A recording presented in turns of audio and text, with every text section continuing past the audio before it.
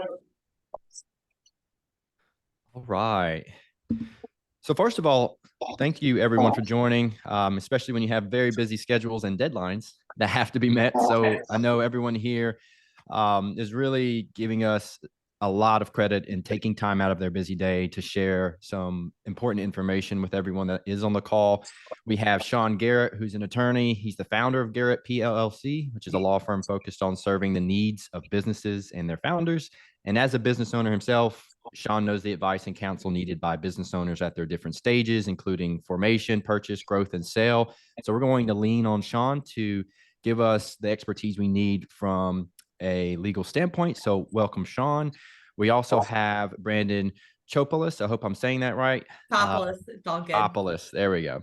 So she's the owner and founder of her own tax firm. She's a certified CPA with over 21 years of experience specializing in small business.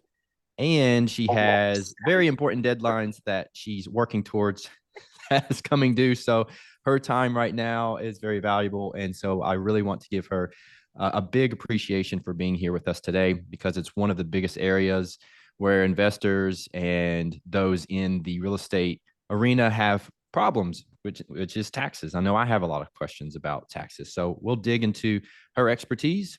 We also have Tim Kuntz on the phone today. So welcome, Tim. He's a certified financial planner with Vantage Point Financial LLC. He's also the co-founder and managing partner of Vantage Point Financial. And his goal is really to forge lifelong partnerships with busy, high net worth families and individuals and lead them to achieve a retirement beyond what they thought possible. We also had Tamara White, who was going to join us, but she had a baby last week.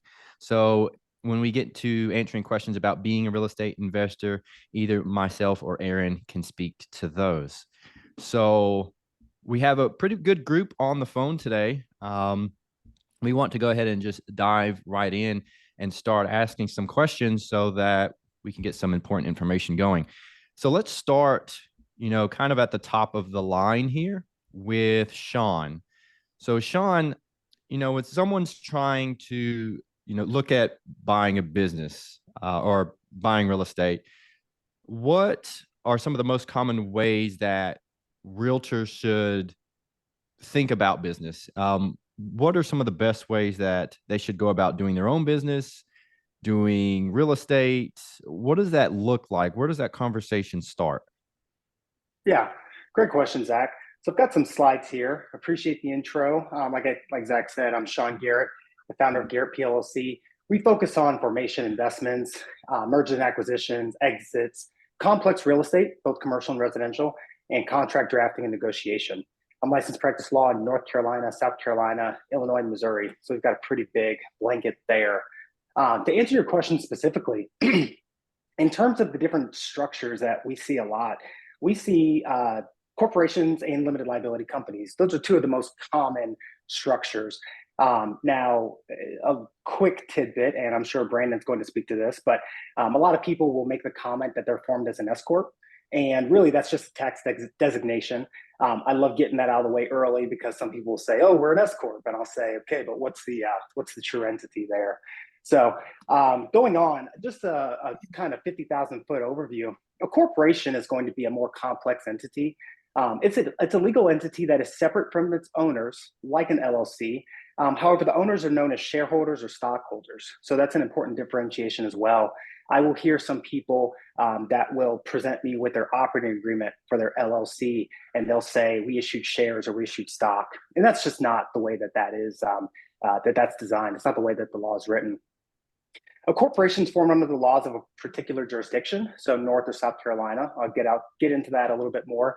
Those are pretty much the two most common jurisdictions that we're going to see on this call, just because that's where we're operating. A corporation is granted certain rights and privileges similar to those of an individual. So corporations file taxes. They're able to own real estate. They're able to own property.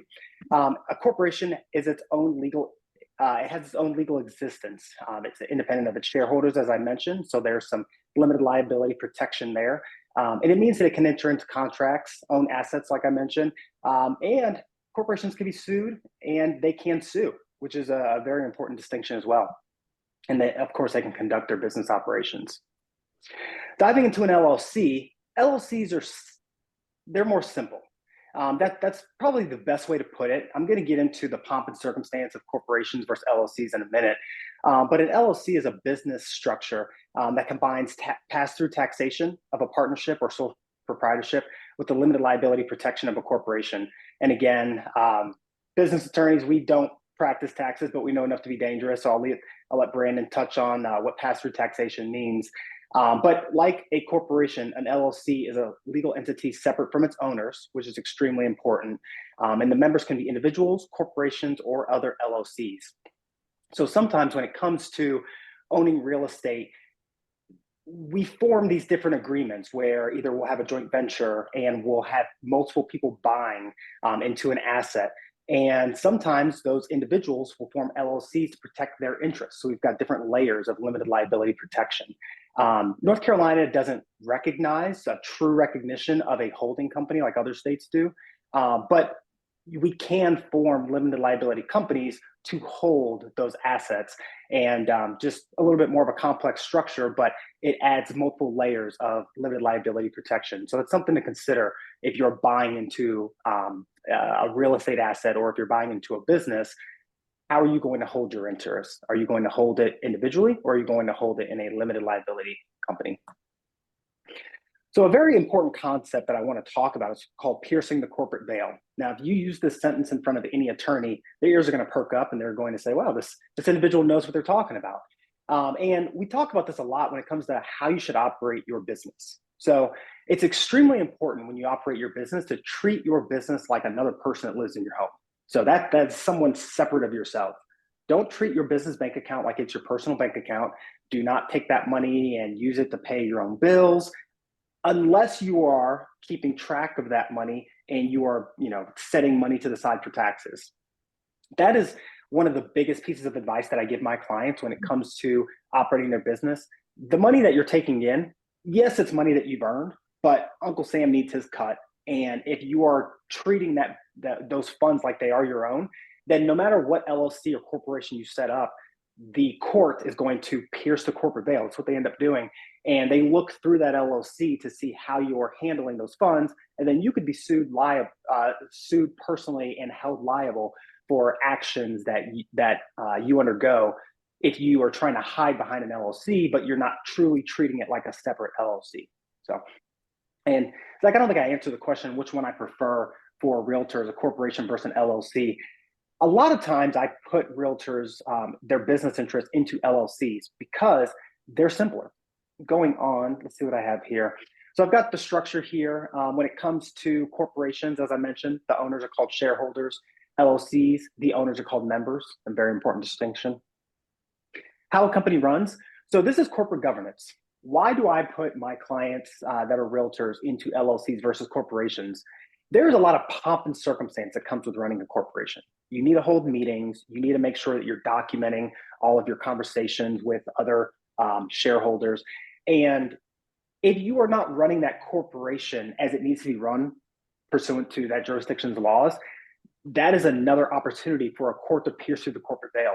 If they say, okay, well, you are not holding your annual meetings, well, that's another opportunity for the court to check the box and say this may be not a separate entity. This may just Depends on what time it is, because I think I have a parent-teacher conference at 2. Hey, Katie, do you mind muting real quick? Sorry about that. So this may be another opportunity for the court to look through the corporation and say, this is not a separate entity. We're going to pierce the corporate veil and hold these owners liable. So the answer there, I like putting my clients in LLCs. They're a lot simpler. They're a lot more straightforward to run. That is my answer there. Clicking through. Quick question on that. Can I ask you a quick question? What if you're just a corporation of one, you still have to have those meetings? We can have the meeting with yourself. I mean, how does that work? Definitely. Yeah. You have to run a corporation. The courts are not going to look at, in a corporation, the number of owners per se. They're going to make sure that you follow all the laws that are required in that jurisdiction for operating a corporation. So I've seen family-run corporations where every Christmas they have their annual meeting. All of the kids and parents are owners or shareholders. And at Christmas, they hold their annual meeting. So I like that as a, you just know when you go home for Christmas, you're going to have your annual meeting, you're going to keep your minutes, you're going to document it. If you don't want to follow those steps, then an LLC may just be better for you. So that's a great question. In terms of upkeep costs, in the Carolinas, there aren't necessarily a ton of upkeep costs when it comes to corporations. In some jurisdictions, there are corporate taxes that need to be paid. I'll let Brandon touch on that. A lot of my clients will run to me and say, hey, I need to form in Delaware. We got to do that today, and I need to be a corporation. And there's just a lot more complexity that comes in with those types of situations. For most companies, for most smaller businesses, I'm not going to steer them towards Delaware. Delaware does have a litany of corporate law that we can rely on, but at the end of the day, why make your situation more complex than necessary? An LLC in the Carolinas, a lot of times, is going to get the job done for most small businesses. I want to touch on an EIN number real quick, and I'm probably going over on my time, so I'll blitz through this. An EIN number is an employee identification number. It's issued by the IRS. It's necessary to hire employees, open a bank account, file tax returns, and more importantly, to keep that entity as a separate entity. So make sure that when you set up your LLC, even though there is pass-through taxation, and again, I'm gonna let Brandon handle that, you still want an EIN number to open up a bank account. More importantly, even if you're not going to have employees, you want to conduct the business of that LLC as entirely separate from your own. So 3 mistakes that I see realtors making when they first start their business. One is going to be not choosing the right state. So let's say you live in South Carolina and you do all of your business in North Carolina. You may feel that you want to form your business in North Carolina. Now, this isn't a blanket answer, so get with your attorney, or if you ever have questions, feel free to reach out to myself or Brandon on this call, because we can kind of walk you through some of the considerations. But when it comes to where to file your company, your LLC, really think about, first of all, where you're domiciled, where you live. That's where I start my clients at.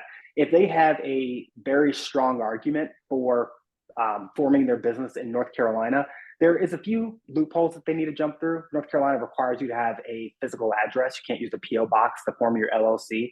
So those are just some considerations that we work through.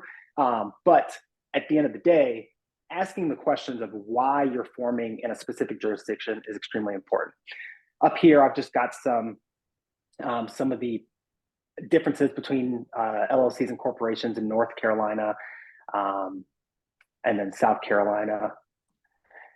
And then again, here I've got a few questions to ask yourself. What state do you live in? What state do you work in? And then annual filing fee for North and South Carolina. So mistake number 2, using LegalZoom.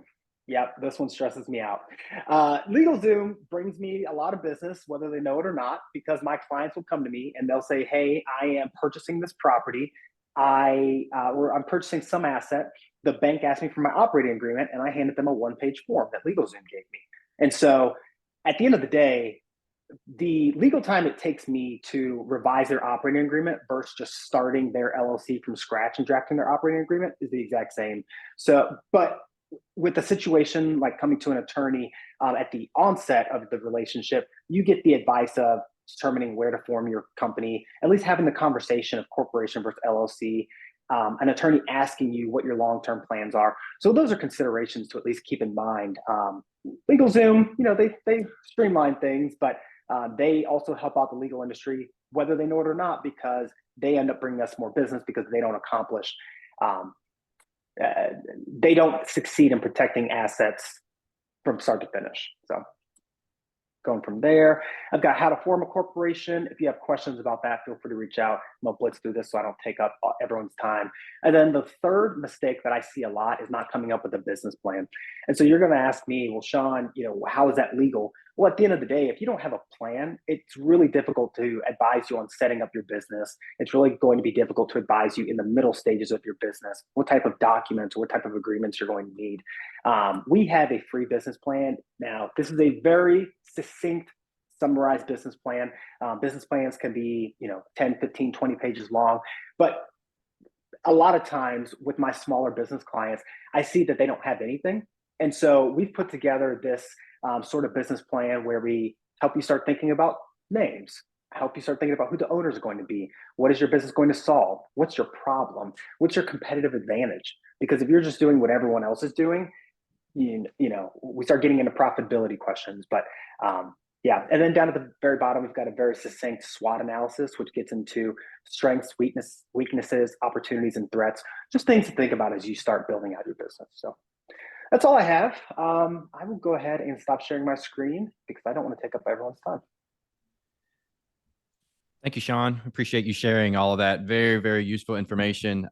We'll be sharing everyone's email addresses at the end. So if anyone wants to reach out to Sean for the PowerPoint slide deck, which actually we can send out after this along with everyone's email, but feel free to reach out to Sean as well to touch base and take things a little bit further if you want to. But I think there's a good segue over to Brandon because we touched on a lot of things when it comes to taxes, and you can kind of see how the legal side and the tax side are very linked. So Brandon, you know, Sean mentioned a couple things when it came to taxes. So I guess we can start with what are some of your recommendations when starting in terms of taxes, and then a couple things to keep in mind, and we'll start off our tax discussion there. Awesome. Thank you guys. And you should have ended with Sean because I have no PowerPoint. Tim might, but I do not. So we're going downhill. So, but that being said, I will also say that Sean, Tim, and I tell my clients all the time, I'm sure Sean and Tim do the same thing. I'm not a financial planner. I have to be certified in order to give you advice on that. And I'm not an attorney. I cannot give you advice on attorney. I can say I'm dangerous. As they can. So a lot of times when you are having these discussions, it is not a bad idea. And I do it all the time. Get your attorney on the phone, get your financial planner on the phone, give us a group meeting because the three of us together are professionals, not necessarily the three of us, although we would be amazing.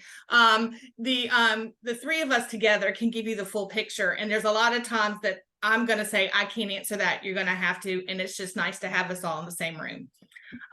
Or phone call, Zoom, however you want to call it. So first of all, let's talk a little bit about taxes and real estate. I have a lot of real estate agents and some of these questions that I have, and I'm going to kind of go in, maybe not quite the different ways. The biggest, let's see, I'm going to say, what situation would you make setting up your business to pay yourself or employees a W-2? The only way that you can, well, not the only way, you could do a C Corp, but however, for all intent and purposes, C Corp is not a grand idea for anybody in this room. So we're just going to knock that off the table. Even though that is out there, I'm going to just assume it doesn't exist. So the only time that you can pay yourself a W-2 wage is if you are an S corporation. And that there are some tax benefits to that. Once your income goes over a certain amount as a realtor, if we're talking about real estate investing, that's a totally different animal and not for this day, but understand that investing and selling real estate are two different things and probably need two different conversations. But as a realtor, the S Corp happens when you start making, and I tell my clients, once you start netting over $50,000 a year, we're going to have a conversation about S Corporation. Does not mean that we're going to do it, but we're going to start having the conversation.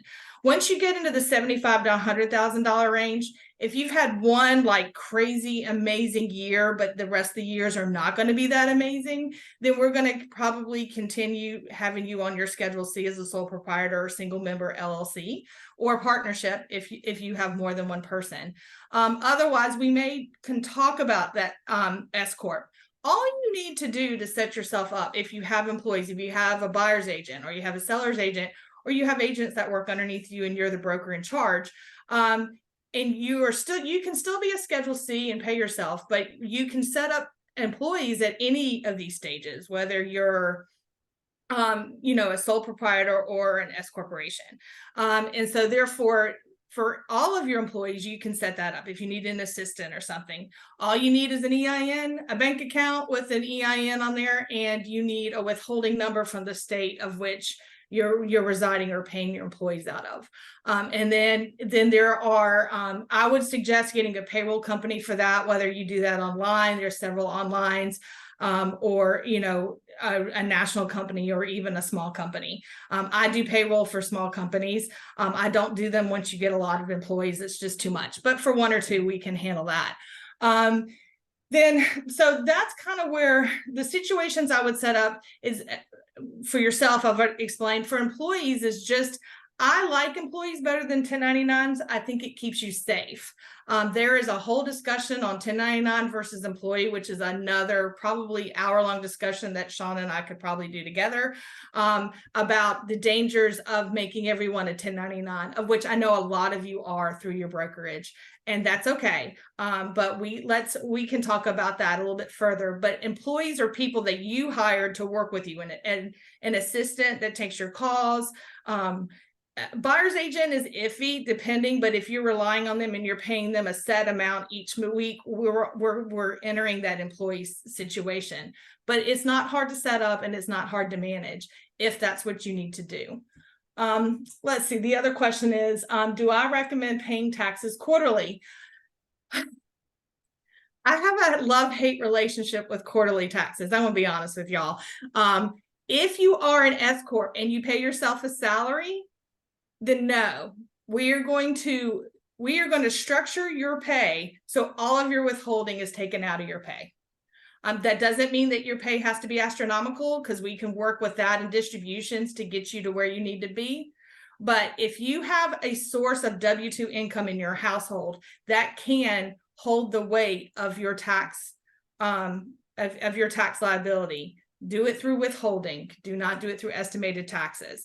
And I say this especially for realtors, because thankfully this past year has been pre-COVID years for you guys, which means your spring was amazing, your summer was great, and now y'all sitting there going, where are the sales, right? And then you might get a little punch right before December, and then January and February be dead, and then you'll start again in the spring. You're very cyclical. Y'all are seasonal. So if you're paying in quarterly taxes in, say, March, you haven't had any sales, or April, you haven't had any sales yet or any income for that. And therefore, it's really hard to measure how much you're gonna make. And also, you're kind of feast or famine. So I like to, quarterlies are the end all be all. If you have to pay in taxes and quarterlies is the only way, I like to look at other ways to do that, but that doesn't mean you can't do that. But I like other ways specifically because of the nature of y'all's income. And I can discuss that further. Also, for some reason, the IRS loves to penalize you for paying your estimateds late. So if they're due June 15th and you pay them June 20th, you get slapped with a huge penalty. If you wait till the end of the year, you're going to get an underpayment penalty or a non-payment penalty, and it's not going to be that bad. So to me, the penalty phase of this is not great. And I have seen where some people have less penalties for paying all of it in April, rather than trying to pay it quarterly and getting dinged because they paid it a couple of days late. So until the IRS fixes that, I'm still not a huge fan, although I have lots of clients that pay them and have to pay them. Let's see. The other question is, how much do you recommend setting aside for closing the taxes? That's a tricky question, because everybody's different depending on your, are you married? Do you have other income? Is this your only income? What is your income? Because taxes are based on the amount of income, except for in North Carolina and pretty much South Carolina. For those 2 states, I say set aside 5% of your closings. Now that will be high because we haven't taken in consideration any of your expenses yet, but I would say 5% for the state. For the federal, if you want to be conservative, I say 20%, not knowing your personal situation. Once I get to know that, I could probably tweak that a little bit. I say 20%. The highest is 37, the lowest is 0. 37 is a hard, so if you're in the 37%, you've already done a whole bunch of tax planning. So if you're new and you're starting out and you're kind of in that $50,000 to $150,000 range for your net income for real estate, then I would say roughly 20% as just a kind of blanket, I don't know anything about you stage. So 25 to 30% total, just to be safe. throw it in a savings account. Right now, the yields on savings accounts are amazing. So go ahead and throw that in the savings account.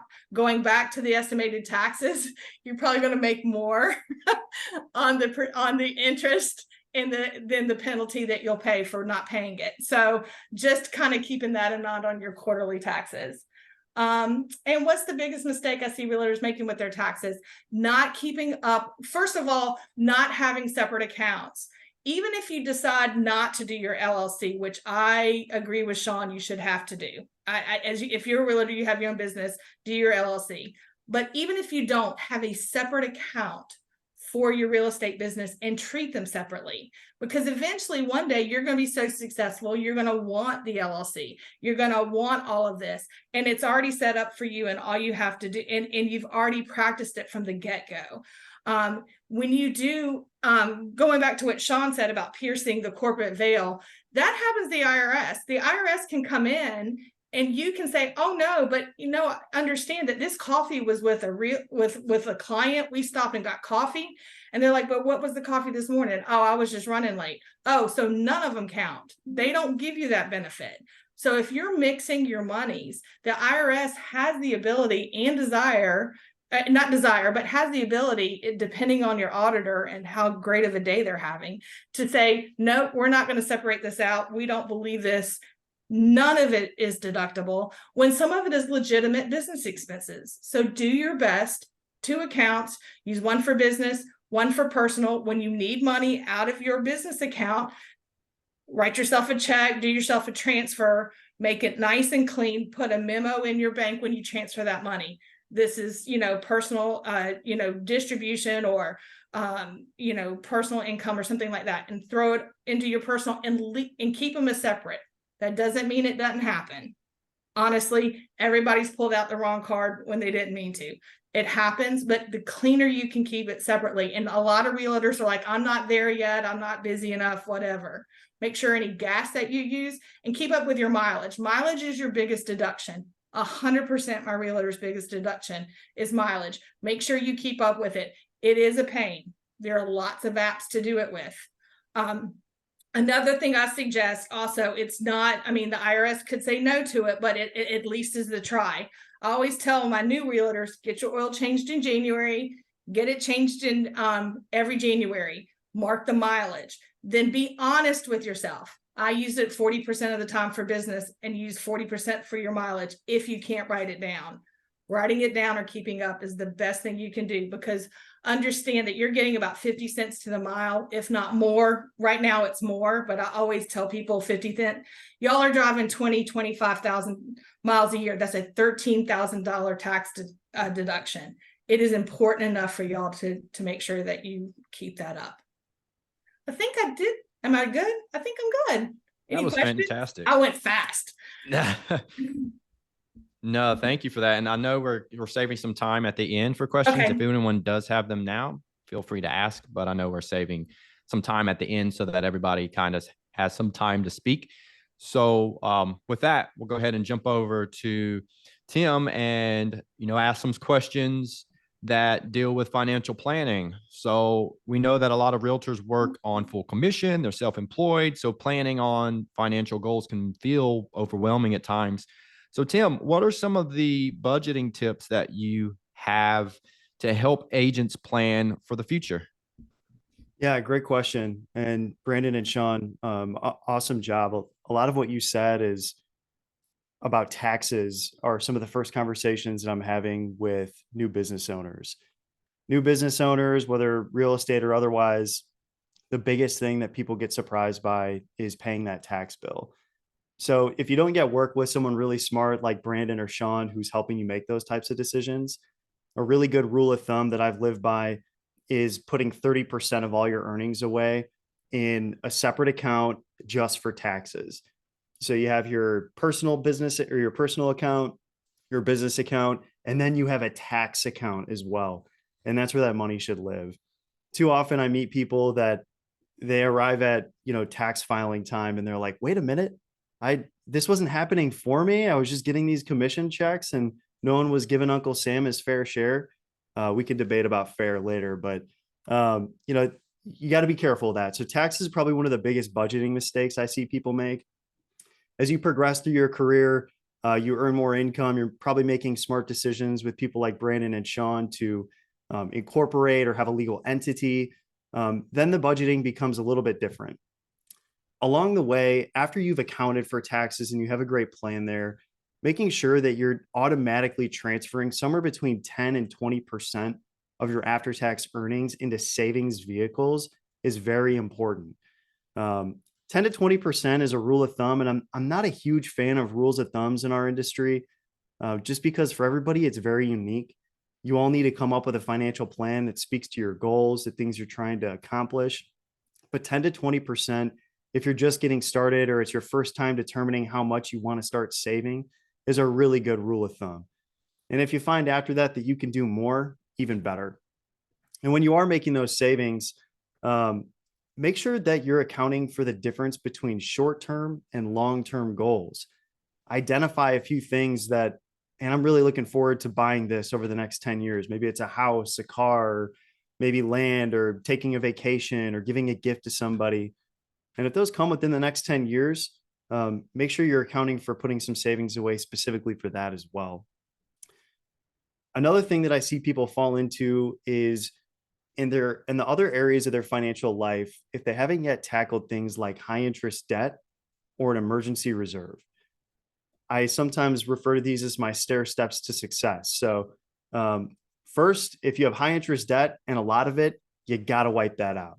It's really important that you pay that down aggressively, get rid of it. It's a very silent yet aggressive eroder of your finances. We've all been there, right? We've had to finance an emergency, or maybe as entrepreneurs, you're taking a big risk and you're getting help with a credit card. It's okay, but you have to limit it. You have to be smart about it. And if you're sitting on a mountain of high interest debt, pay that down. Once we get that paid down, having an emergency reserve is very important, especially for business owners.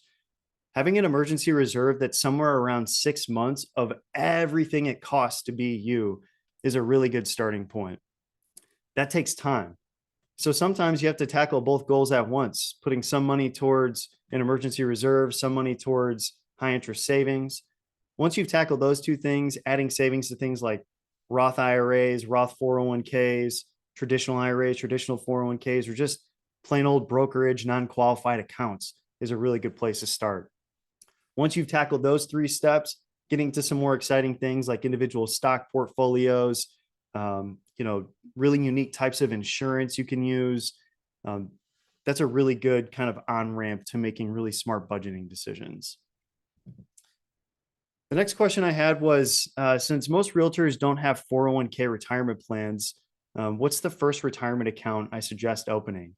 I see Brandon smiling. I'm sure you get this question all the time.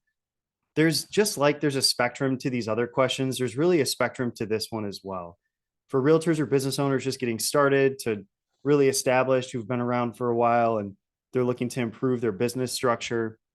If you're just getting started, so long as you fall within the income limits, a Roth IRA is a really great place to start. Making sure you're trying to max that out. And if you start bumping up on those income limits, likely your business is getting a little bit more complicated in correlation to those income limits. So it makes a lot of sense to start considering maybe a solo 401k or maybe a company 401k where you have access to Roth or traditional 401ks without those income limits you were subject to before. Sometimes a SEP IRA can make a lot of sense too. But as your income grows, the best vehicle for this really just depends on your goals and other elements of your finances. And then along the way, a strong consideration is to always be putting money into a plain old brokerage account. You get favorable capital gains treatment on investments here.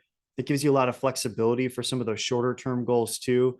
And it's a great place to stock away long-term money as well to really harness a big portfolio of capital gains. The next question, and correct me if I'm wrong, Zach, I'm going off a list that you had sent over, but what does a well-rounded, financially stable portfolio look like? That's a pretty interesting question. So a well-rounded portfolio to me signifies something that's diversified. Some things ebb when other things flow across the entire stock market, across the entire investable universe.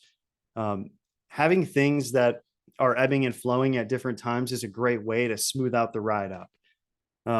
Financially stable. This is, the compliance person in me is a little scared to answer that question, but financially stable depends on you.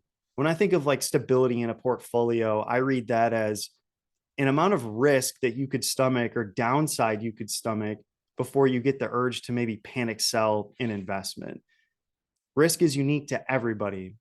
So if you're seeking out financial stability, Brandon mentioned some great things like high interest savings accounts right now are fantastic. You can go on treasurydirect.gov and you can buy 1 month or 6 month T-bills, and they're paying upwards of 5 to 6%. It's incredible. So if you're looking for financial stability, I generally look to those for those more short-term goals. But if you're looking at goals that, I'm not going to be spending that money for at least 5 to 10 years, investing for the long term is really important.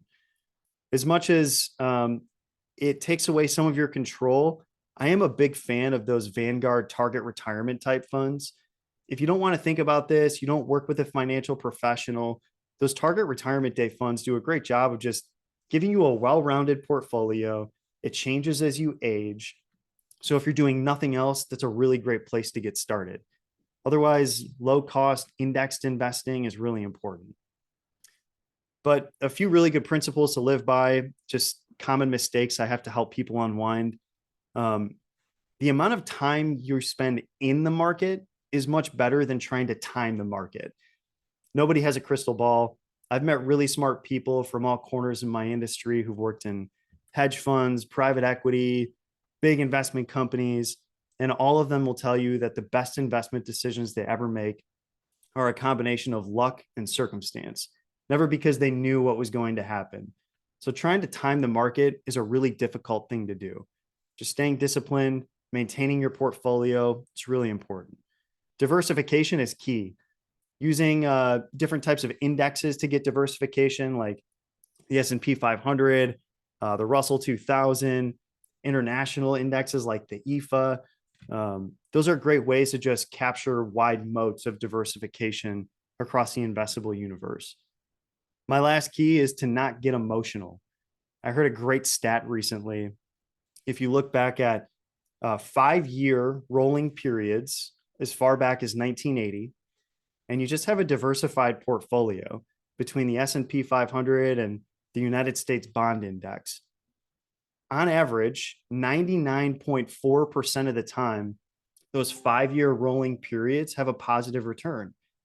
So if you look back at 5-year rolling periods at what they started at and what they ended at, 99.4% of the time, you'll find that it finished positive. That's a testament to just staying the course and being disciplined with your investing. The other thing to note about a well-rounded portfolio is that it really starts with bigger discussions about what's important to you. Your portfolio guides decisions and can be guided by other elements of your financial plan, tackling things like the legal area of your life with attorneys like Sean or otherwise, tackling things like the taxes in your life with people like Brandon or otherwise. Getting those things put together helps guide investment decisions and figuring out what's important to you, what your goals are, where you want to spend money, how long you have to be invested for before spending that money. All of those types of things should be guiding the decisions you make with your portfolio. This is a great question. The biggest mistake I see realtors making with their finances, the biggest mistake I see almost every business owner make with their finances is that they don't think about it. They wait too long to start making smart decisions about their personal finances the way they do about their business's finances. I see this so often, and all of us on this call are motivated people. We're entrepreneurial. We work really hard, and we put a lot of time into our craft that earns us our income, right? And as it turns out, a lot of us tend to put our personal finances secondary to that. You have to do it all at the same time. And working with really competent professionals takes the edge off of that. Having people help you coordinate these decisions and understand how they all work together. Don't put yourself last, put yourself first. You have to think about your personal finances at the exact same capacity as you think about your business or the way that you earn income. It's really important. I appreciate that, Tim. I think you touch on a ton of different topics here. I would love if we had the time to really dig in a lot deeper into some of these products and the opportunities, but I know we're all on a limited time span here. So again, anyone who wants to ask more questions and dig deeper into your personal circumstance can definitely reach out to Tim as well. And I guess we'll go ahead and jump into the questioning phase here. And if we have time after asking you all questions, we can do some investing stuff, but we're getting short on time. So hopefully that's okay with you, Aaron. But I wanted to go ahead and start with you, Tim, since you just spoke, to ask you maybe a couple questions Sure. that you touched on. Maybe could you give us kind of an insight into, I don't know how you want to do this, but maybe income levels and then the type of investments you should focus on. So for example, if you're making, under 50,000 or 50 to 100, you should focus on the 401k or maybe a Roth IRA, but then maybe you max those out. And the next step after that would be maybe looking into an annuity or something of that nature. Can you walk us through maybe some products to think about based on income level or what you should focus on first a little bit more? Yeah, definitely. Let me see how I can frame this up. So remember those kind of like steps to success I referenced. So first, tackling high interest debt, then getting an emergency reserve covered, then focusing on kind of some plain vanilla investment ideas like a Roth IRA is a really good starting point. And then beyond that, we can get a little bit more complicated. So income levels, luckily for us, and sometimes unluckily, the IRS has income limits that preclude us or include us to contribute to types of accounts like Roth IRAs. When your income is really low and you're in lower tax brackets, it makes a lot of sense to contribute to a Roth IRA. That's where your money should be going, up to that income limit. And it's different for joint filers or single filers. I'm drawing a blank right now on what these limits are in 2023, but research what those top level income limits are for Roth IRAs. Once you exceed those limits, then we need to start looking at potentially traditional IRAs. Traditional IRAs have a little bit of a higher limit of, actually a lower limit of deductibility, I think. So your income can phase you out of taking a deduction for IRA contributions as well. So the IRS puts in these backstops for us. Once you've exceeded those, if you're still managing your finances in a way, you've tackled those stair steps to success I referenced. If you're managing your finances in a way where you have excess and the ability to save, it's a great time to consider whether or not you should implement your own solo 401k. If we have a solo 401k, now those income limits are off the table. We still have a max amount that we can contribute, but you're not going to, if you're earning $500,000, you can still get money into a Roth 401k. Fantastic. And if you're managing other elements of your taxes and proactively setting up your situation so your taxes in the future are a little bit more flexible, then you can start considering other things too. And like I said, along the way, continuing to contribute to just a plain old brokerage account, rather than leaving money sitting in a savings account above and beyond your emergency reserve. If you're, whatever your risk level is, you can determine that later, but getting it into a type of investment account where you're accruing capital gains can be really good. You just have to proactively manage the tax nature of that account. You don't want to be reckless with mutual funds that give you not a lot of flexibility on capital gains or, maybe interest earning investments that, again, there's not a lot of tax flexibility to that. So there's a lot of things you have to coordinate at the same time, but that's a really kind of easy on ramp from my perspective. Perfect.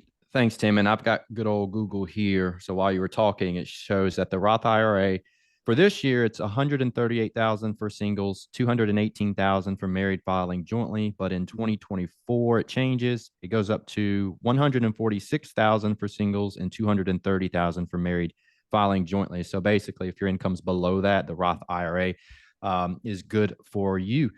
And so I'll move backwards to Brandon here. I'm curious to get your take on your audit beliefs. I've been told that it's not a matter of if you get audited, but when.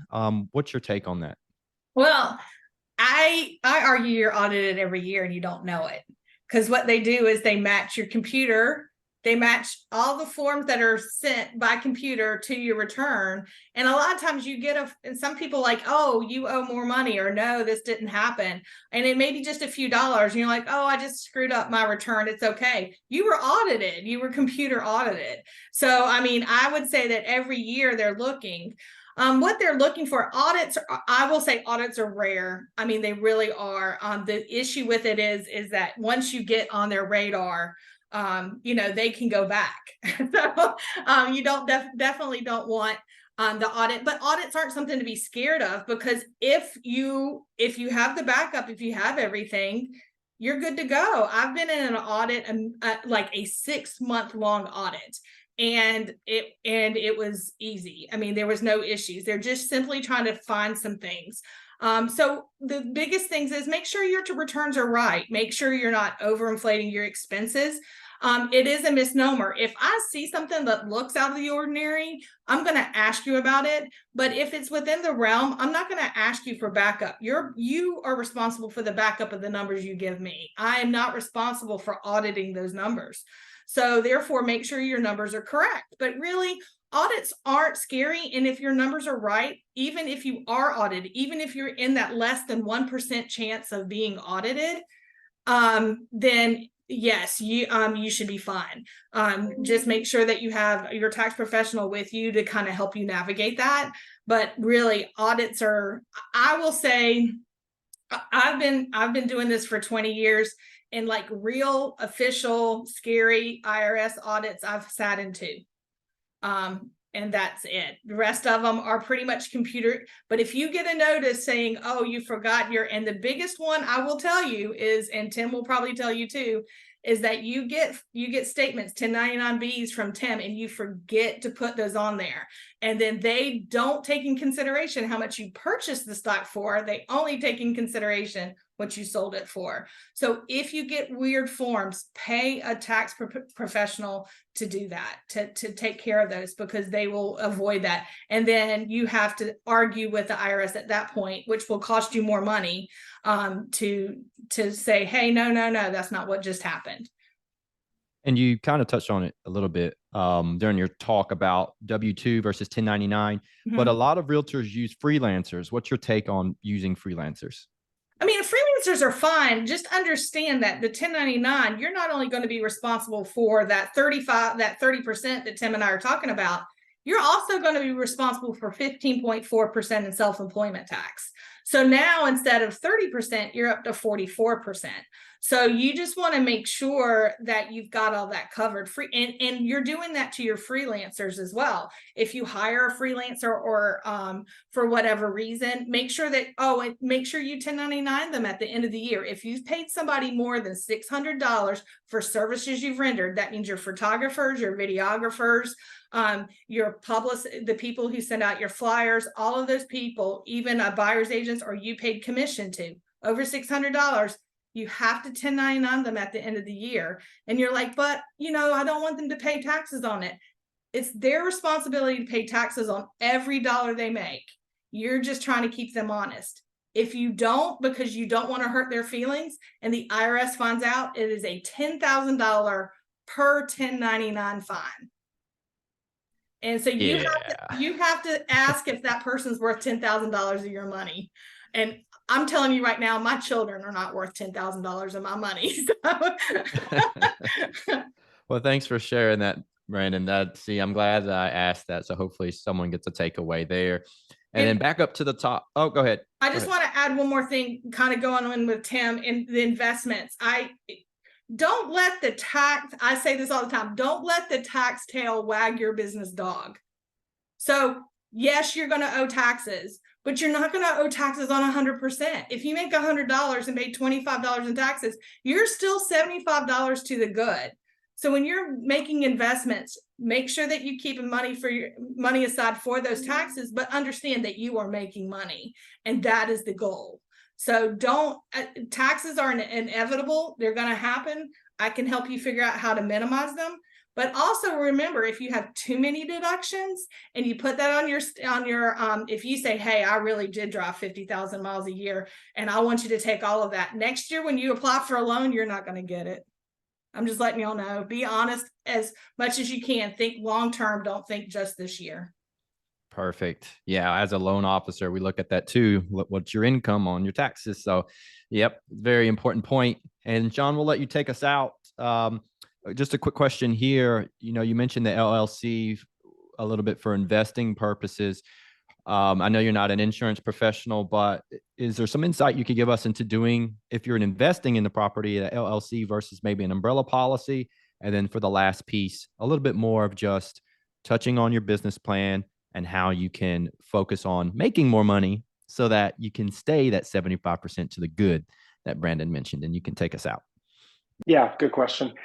So first, I want to touch on the question that you asked Brandon about 1099 versus employee. And when that conversation comes up in my realm, I really dive into what type of liability you have over that person.